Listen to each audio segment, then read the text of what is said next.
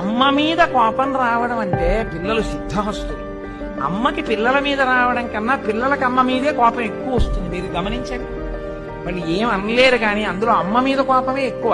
ఎందుకంటే అమ్మ కోపం తాటాకులమంట. అప్పటికప్పుడు దెబ్బలాడుతుంది. ఎన్ని మాటలు చెప్పినా లేవవు, గబగబా తెమలవు. 8:30కి కాలేజీ బస్సు వచ్చేస్తుంది. 18 ఏళ్ళు వచ్చాయి, ఇప్పటికి జడ వేసుకోవడం రాదు. వారం తలంటి పోసుకో, వాసన అని ఇలా ముడుతూ ఉంటుంది. ఇలా వెనక నుంచి కబ కబ కబ కబ దువ్వి తన జుట్టులో దువ్వెన పెట్టుకుని ఆ దువ్వెన తీసి కబగబా దువ్వి జడ వేస్తూ ఇలా పెట్టుకుంటూ ఆ పువ్వులు పెట్టేసి ఆ పిల్ల కోపం.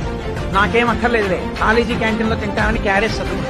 మళ్ళీ కడుపు గుడగొడలు ఆడుతోందంటావు. మీ నాన్నలా నీ కడుపు మంట వ్యాధి రా అని గబగబా కాస్త పెరుగు అన్నం కలిపి నేను పెట్టేస్తానులే, నువ్వు బాక్స్ సర్దుకో ఈ లోపల అని గబగబా గబగబా ముద్దలు పెట్టేస్తాను.